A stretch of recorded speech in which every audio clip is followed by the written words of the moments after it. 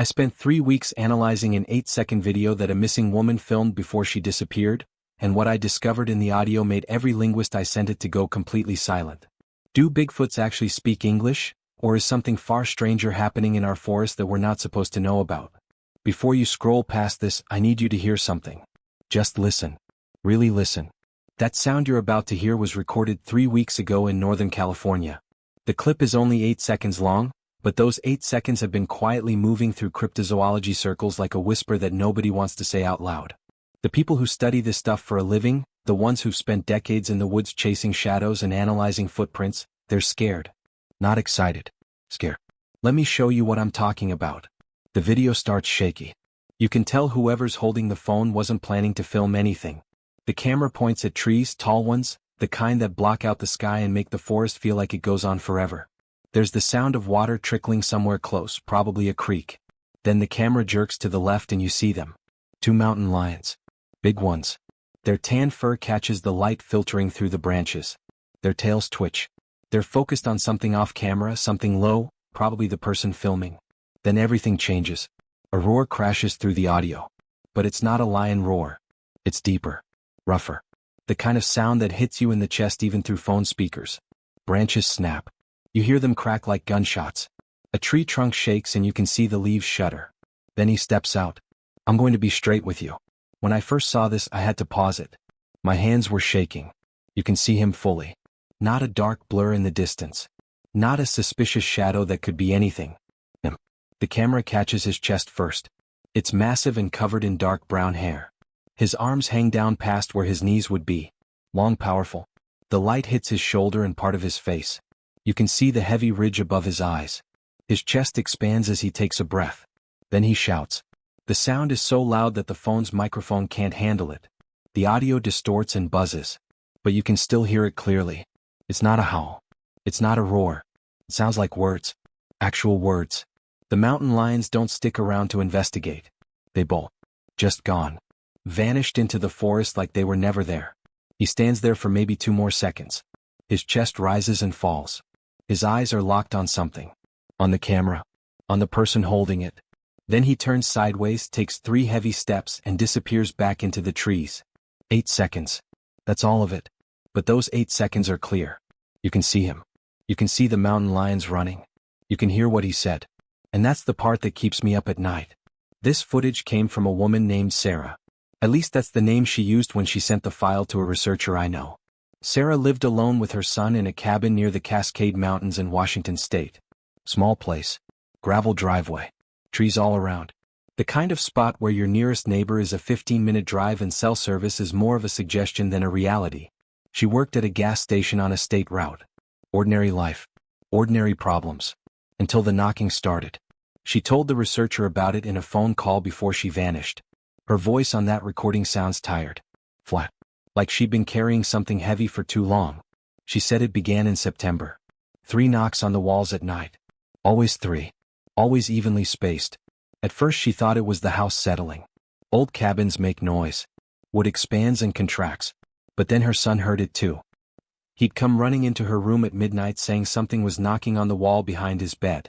Then came the trash can. She kept it out back. Metal can with a lid. One morning she found the lid placed neatly on the ground beside it. Not tossed. Not knocked over. Placed. The garbage bag inside was torn at the top like something tall had reached down into it. The rim of the can had a fresh dent near the top. Too high for a raccoon. Too careful for a bear. Her son started seeing things. He'd come home from school and tell her about the tall man watching from the trees. She didn't believe him. Who would? Kids have imaginations. They watch shows about monsters and suddenly every shadow is suspicious. She told him it was probably a bear. Bears stand up sometimes. But he insisted. He said it had shoulders like a person. He said it was taller than their porch roof. He said it was just standing there looking at him. The footprints appeared a week later. She was dragging the trash can back from the road after pickup day. The ground along the side of the cabin was soft and muddy from rain. That's when she saw them. 2 huge impressions near the corner of the house. Not vague dips in the mud. Clear prints. You could see 5 toes. They were longer than her boot by a good 4 inches. Deep too. The mud was pushed up around the edges like whatever made them heavy. Really heavy. The distance between the prints was wider than she could step comfortably. She stood there staring at them for a long time. Her hand went to her pocket to grab her phone, to take a picture. But she stopped. Some part of her brain said if she took that picture, then it became real. So she didn't. She just went inside and locked the door. That's when her son disappeared. The researcher I mentioned, the one Sarah contacted, he sent me an audio file. It's the last interview he did with her before everything fell apart. Her voice is disguised on the recording, run through some kind of filter to protect her identity. But you can still hear the exhaustion. The fear. She talks slowly, like every word costs her something. She tells him about the day her son vanished. It was a Tuesday in late September. The weather couldn't make up its mind. Rain in the morning, some sun around noon, then clouds rolling back in by afternoon. She dropped her boy at school like always. He was 10 years old. Skinny kid, all elbows and knees. The kind of kid who asked a million questions and never seemed to run out of energy. She worked her shift at the gas station, listened to the regulars complain about gas prices and the coming winter. Nothing felt wrong. Nothing felt different. But on the drive home, something shifted. She said it felt like forgetting something important. That nagging feeling in your gut that won't go away. When she pulled into the driveway, the silence hit her first. No TV sounds coming through the windows. No video game music. Just quiet. Too quiet. His backpack was on the couch. His shoes sat on the mat by the door. A half-eaten apple was turning brown on a plate in the kitchen. But her son was gone. She searched everywhere. Called his name until her throat hurt. Checked his room, the bathroom, under beds and closets. All those stupid places you look even though you know a 10-year-old kid can't fit there. Then she ran outside. The trees seemed to lean in closer than usual. The shadows felt darker. She screamed his name into the forest. Nothing answered back. After 10 minutes of pure panic, she called 911. What happened next turned into a nightmare that lasted 3 days. Sheriff cars filled her driveway. Radios crackled with static and urgent voices. Neighbors she barely knew showed up asking how they could help. The forest ranger arrived with his truck and his tired eyes. Volunteers came in orange vests carrying flashlights and water bottles. Search dogs pulled on their leashes, noses to the ground, tracking scents through the undergrowth. They spread out through the trees in lines. You could hear them calling her son's name. The sound echoed weird through the forest, bouncing off trees and rocks. At first everyone moved fast. Voices were loud. Questions came rapid fire. Had he run away before? Did he have friends out here? Was there anyone who might take him? She answered no to everything. No, no, no. Her voice got smaller with each answer. She told them about the knocking. About the footprints. About the things her son had seen in the trees. One of the deputies wrote it all down in a little notebook. When she mentioned Bigfoot, the word felt ridiculous coming out of her mouth. Some of the volunteers looked away. One of them smiled a little, like she'd just told a joke that wasn't funny. She could feel their opinions shifting. Could feel herself becoming that woman with the crazy stories. By nightfall, flashlight beams crisscrossed through the darkness. The search dogs kept barking at shadows. Someone set up a folding table at the end of her driveway with coffee and sandwiches wrapped in plastic. The volunteers huddled around it, their faces lit by the headlights of parked trucks. Sarah sat on her porch steps wrapped in a blanket someone had given her. The forest was full of people searching for her son, but she'd never felt more alone. The second day they walked the area in a grid pattern. That's what they called it. Grid searching. Methodical. Organized. They found nothing. No jacket. No shoe. No scrap of clothing caught on a branch. No blood. No drag marks. Nothing. It was like he'd just evaporated. The ranger told her that sometimes kids hide when they're scared. They burrow into hollow logs or crawl under brush piles.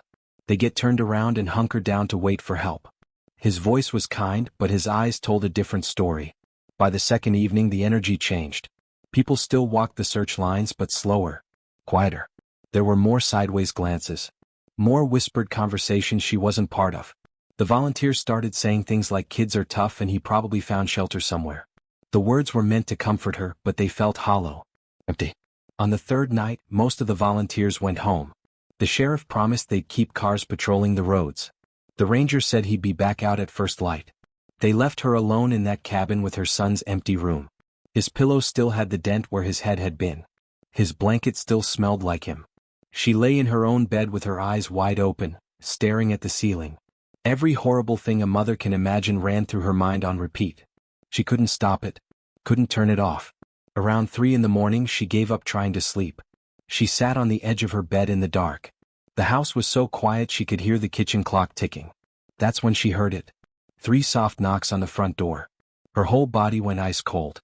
She couldn't move. Couldn't breathe. Then his voice came through the wood. Small and clear and real. "Mom, it's me. Please open the door." She ran down the hall so fast she almost fell. Her hands shook as she fumbled with the locks. When she threw the door open, he stood there on the porch.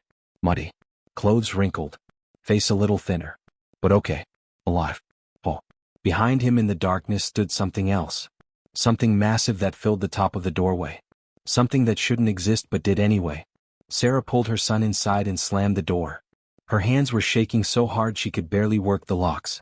Behind her, the boy kept saying "Don't hurt him" over and over. She didn't understand. Didn't process it. All she knew was something impossible had been standing on her porch and her child was back and nothing else mattered. She held him so tight he made a small sound like she was squeezing the air out of him. That's when she realized she was still holding her gun. She didn't even remember grabbing it from the bedroom. The next morning, sheriffs came back. They checked her son over. Asked him questions. "Where did you go? How did you survive? Were you scared?" He stuck to the story his mother told him to say. He said he walked too far into the woods. Got turned around. Slept in an old deer blind he found. Found his way back to the road eventually. The words came out flat. Rehearsed. Sarah could see it hurt him to lie, but she didn't know what else to do. How do you tell people the truth when the truth sounds insane? They closed the case. Everyone congratulated each other. The ranger patted her son on the shoulder and said, "Try not to scare your mom like that again." Just like that, it was over. As far as the world knew, a lost kid found his way home. End of story. But it wasn't the end. Not even close. 2 months passed. Sarah couldn't leave her son alone anymore. The fear was too big. Too heavy. She took him to work with her, sat him on a stool in the back room with homework and her phone to keep him busy. One evening they drove home up that long gravel driveway as the sun was setting. That's when she saw it. The front door frame was cracked near the top. The wood around the lock was splintered like someone had tried to pull it open without bothering with the key. The top hinge was bent. Screws stuck out halfway. Next to the doormat sat a basket. Not the kind you buy at a store. This one was woven from branches and strips of bark. Rough. And made. Inside were berries. Dark purple ones she didn't recognize. Some roots with dirt still clinging to them. A strange fruit that looked almost like an apple but wasn't quite right. Her son walked up beside her and said quietly, "It's from him. He's saying sorry." That basket sat on her kitchen counter for days. She was afraid to touch it. Afraid of what it meant. But after a while, curiosity won. She washed one of the berries under the sink. Hold it up to the light. It looked normal enough. She put it in her mouth. Tasted like a berry. Sweet. A little tart. Nothing special. Nothing magical. Just food. After that, small gifts kept appearing. 3 stones stacked on a stump at the edge of the yard. Balanced perfectly. A large feather tucked into the porch railing. Sometimes at night she'd hear a low whoop from far in the trees. Then another would answer from a different direction. Like they were talking to each other. Checking in. Sarah started searching online late at night when she couldn't sleep. She typed things like Bigfoot sounds and Bigfoot language into the search bar. That's how she found the old recordings. People called them samurai chatter. Hunters in the Sierra Nevada mountains had captured strange sounds back in the 1970s. Not animal noises. Not quite human either. Something in between. The sounds were deep and fast. Like someone trying to speak a real language but with a mouth shaped wrong for it. She put headphones on so her son wouldn't hear. Clicked play on the first recording. The sound that came through made her skin crawl. It was rough. Guttural. But there was a rhythm to it. A pattern. About halfway through, she heard something that made her freeze. It sounded like Waini Siu Raha. The same sounds from the video she had on her phone. The video from the creek. Her son walked into the room while she had it playing on low volume. He stopped in the doorway like he'd been slapped. "That's him," he said. "That's Uncle." The way he said it, so certain and calm, made her stomach twist. "You're sure?" she asked. He nodded. He said that when we left the cave. When he thought the men were getting close. She went back to the recordings. Read through hundreds of comments. Most people said it was fake. Others said it was just random sounds that meant nothing. But a few people had different ideas. One comment linked the sounds to old indigenous languages from the Pacific Northwest. Salish, Chinook, ancient words that most people had forgotten. One person wrote that they thought it translated to something like "I'm here. Don't be afraid." Sarah read that line over and over. "I'm here. Don't be afraid." If that's what he'd been trying to say, it changed everything. It meant he wasn't just an animal. It meant he understood fear, understood comfort, understood protection. The day she filmed the video, she hadn't planned any of it. She just needed water. There was a creek down the hill from her cabin. Cold, clean. Sometimes she'd walk down there with empty jugs instead of driving into town. It was a clear day. Blue sky. The smell of pine and wet earth. She had her phone in her hand because she'd been checking messages. Never put it back in her pocket. At the creek, she crouched on the rocks. Started filling the jugs. The water was so cold it made her fingers ache. That's when the feeling hit her. That pressure on the back of your neck when you know something's watching. She stood up slow. Turned around. On the bank above her stood a mountain lion. Big. Muscled. The color of dead grass. Its tail twitched. Eyes locked on her like she was prey. She remembered advice from somewhere. Don't run. Make yourself big. She lifted her arms. Her thumb hit the phone screen. The camera app opened. She didn't mean to. Just happened. Hey, she said. Her voice came out thin. Scared. Go on. Get. The lion didn't move. Then from her left, another sound. A second lion stepped into view. Lower. Closer. Two of them. She was trapped between them and the creek. Then came the roar. Massive. It hit her in the chest like a physical thing. Branches snapped. A tree shook. He stepped out. The camera caught all of it. 8 seconds of impossible. His chest filled the frame. Dark hair. Broad shoulders. The lions ran. Just scattered like rabbits. He stood there. Looked right at the camera. Right at her. His chest expanded as he took a breath. Then he shouted. Waini Siu Raha. So loud the phone couldn't handle it. The audio buzzed and crackled. Then he turned and walked back into the trees. Gone. Sarah stood there for a long time after. Her heart hammered. Her legs felt like water. When she finally made it back to the cabin, she locked every door. Closed every curtain. Sat at the kitchen table and watched the video 19 times in a row. Each time the same thought circled through her mind. He saved my life. He didn't have to. But he did. Sarah had proof. Real proof. Not a blurry shape in the distance. Not a suspicious shadow that could be anything. Clear video of something that shouldn't exist saving her life. She could have uploaded it that night. Could have watched it go viral within hours. News stations would call. Documentary crews would show up. Scientists would want to study it. Her name would be everywhere. But the first feeling she had wasn't excitement. It was dreadful. The researcher I spoke to, the one Sarah eventually contacted, he asked to remain anonymous. We disguised his voice for this video. He spent 20 years studying cryptids. Bigfoot specifically. He's been in the field. Analyzed footprints. Recorded sounds. Interviewed witnesses. He's seen enough to know that clear evidence doesn't always lead to good outcomes. When I played him Sarah's video, he watched it 3 times without saying a word. Then he looked at me and said something I wasn't expecting. If this gets out, that forest becomes a war zone within a week. He explained it to me like this. The moment people believe Bigfoot is real, everything changes. It stops being a mystery and becomes a target. Hunters would flood those woods. Not the kind looking for deer. The kind looking for glory. The kind who want their face on the cover of a magazine holding a rifle next to something dead and impossible. Scientists would come too. Not all of them are good. Some would want to study these creatures peacefully. Others would want specimens. Bodies. Bones. Proof they could put in a lab and dissect. Then there's the military. The government. People with resources and authority who don't ask permission. Restricted areas would pop up overnight. Roads would close. Fences would go up. The official story would be something boring. Environmental protection maybe. Endangered species habitat. But the real reason would be control. Containment. The researcher told me about other cases. Times when clear evidence surfaced and then vanished. Witnesses who got quiet. Files that disappeared. He wasn't talking about conspiracy theories. He was talking about patterns. The Patterson-Gimlin film from 1967 is the most famous Bigfoot footage ever captured. 47 years later, no one has proven it's fake. Experts have analyzed every frame. The way the creature moves. The muscle structure under the fur. The proportions. Everything points to it being real. But it's been dismissed anyway. Laughed at. Turned into jokes and Halloween costumes. The men who filmed it spent the rest of their lives being called liars. That's what happens when you have proof. You become the story instead of the creature. Sarah knew this. She'd heard about her son's disappearance. She'd seen the volunteers who smiled when she mentioned Bigfoot. She'd felt their opinions shift. I watched them stop taking her seriously. And she remembered something else. Something that haunted her more than anything. When the search parties were out looking for her son, she'd heard men in the woods. Not searchers. Different men. Her son had heard them too from inside the cave where he was hiding. They had guns. They were tracking something. One of them said tracks went this way.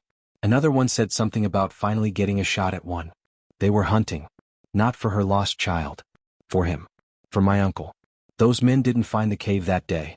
Uncle had blocked the entrance with his body. Stayed perfectly still while they walked past. But they'd been close. Close enough that her son could see the barrel of a rifle through a crack in the rocks. Close enough to hear them talking. Excited. Eager. They wanted to kill something just to prove it existed. That's what Sarah couldn't stop thinking about. If she released the video, men like that would come back. Dozens of them. Hundreds maybe. They'd spread through those trees with weapons and cameras and the kind of determination that doesn't quit until it gets what it wants. She thought about the basket on her porch. The carefully stacked stones. The uncle had held her son's hand and led him to safety. The way he'd stepped between her and two mountain lions without hesitation. He'd shown kindness. Protection. Care. Things you don't expect from an animal. Things that make you realize you're dealing with someone, not something. Sarah made her choice then. She told me through the researcher that she'd rather look crazy than be responsible for what would happen next. She'd rather people think she was lying than lead them to his home. She kept the video on an old phone. Turned off all the backup settings. No cloud storage. No automatic uploads. She told almost no one about it. The phone went in a drawer. The drawer stayed closed. Her cabin started feeling different after that. Smaller. More exposed. Every car that drove past made her nervous. Every stranger at the gas station felt like a threat. She couldn't shake the feeling that keeping the secret was like holding something too heavy. It pressed on her chest. Made it hard to breathe. After 2 years she moved. Took her son closer to town. Better schools. More people around. She told herself it was for him. Better opportunities. Safer. But really she needed distance. Space between her and that forest. Between her and the weight of what she knew. They kept the cabin for a while. I rented it out for a few months. Then just let it sit empty. Eventually they let it go completely. Stopped paying. Stopped checking on it. The last time anyone saw Sarah was 4 months ago.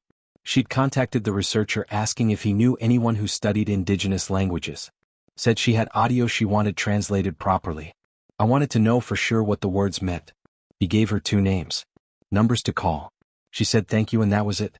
Her phone went dark 3 days later. Social media accounts deleted. Email bounced back. The cabin when the researcher drove out to check, empty. The door is hanging open. Some furniture is still inside but covered in dust. Local sheriffs filed a missing persons report but there wasn't much to investigate. No signs of struggle. No blood. No forced entry beyond that old damage to the door frame from years before.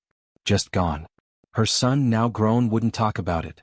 Told investigators his mom had her own life and he respected her privacy. The way he said it though, the researcher told me, it didn't sound like he was worried. It sounded like he knew something no one else did. Like maybe she hadn't vanished.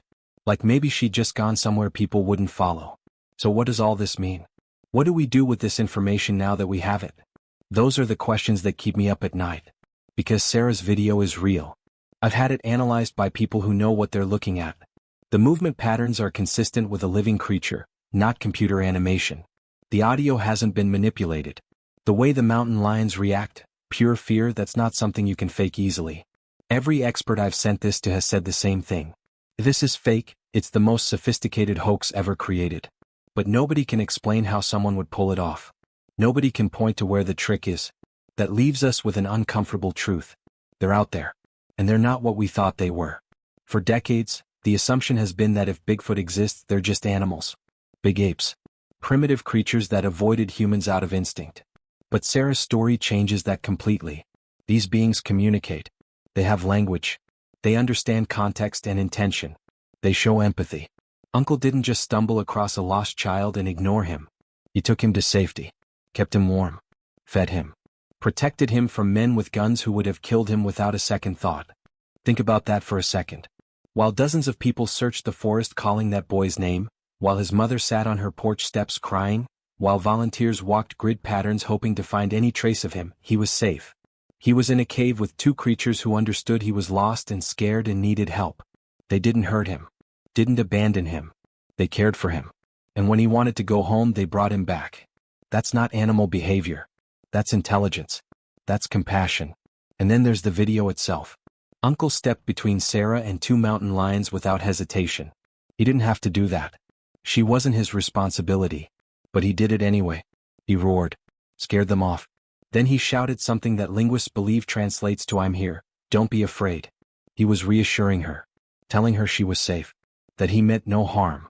How do you reconcile that with the image we have of Bigfoot as some mindless beast? You can't. The evidence doesn't fit the assumption. Here's what really gets me though. They've been avoiding us for centuries. Think about how hard that is. We have cameras everywhere now. Satellites. Drones. Trail cams in every forest. Millions of people hiking and camping and hunting in the wilderness every single year. And yet clear footage is almost impossible to find. That takes incredible intelligence. They understand what cameras are. What guns are. What we are. They've watched us long enough to know that being seen means being hunted. That's not luck. That's strategy. That's survival through understanding. So we're at a choice point. A crossroads. We know they exist. The evidence is clear enough that denying it feels dishonest. The question isn't whether they're real anymore. The question is what we do now. Do we hunt them? Track them down with helicopters and tranquilizer darts? Capture them and put them in labs to study? Put them in zoos so people can gawk at them through glass? Is that what we do when we find something incredible? Or do we make a different choice? Do we recognize that maybe some mysteries deserve to stay mysterious? That some neighbors deserve to remain unseen? They're not hurting anyone. They're not raiding towns or attacking hikers. They're just living in the places we haven't completely destroyed yet. Trying to survive in a world that keeps shrinking around them. I think about Sarah's decision a lot. She had everything she needed to become famous. To prove to the world that she wasn't crazy. That her son wasn't making things up. That the knocking and the footprints in the baskets were all real. She could have ended decades of debate with one upload. But she looked at that video and thought about what would happen next. She thought about men with guns. About scientists with nets. About her son's face when he talked about uncle. About how gently those massive hands had held a lost child's palm. And she chose protection over proof. She chose kindness over fame. She chose to carry the weight of that secret rather than expose something that had shown her family nothing but care. That's not an easy choice. Secrets are heavy. They press on you. Make you feel alone. But she carried it anyway because she understood something important. Some things are more valuable than being believed. The footage exists. I've seen it. You've seen parts of it in this video. The full unedited version is still out there somewhere. Maybe on that old phone in a drawer. Maybe Sarah took it with her wherever she went.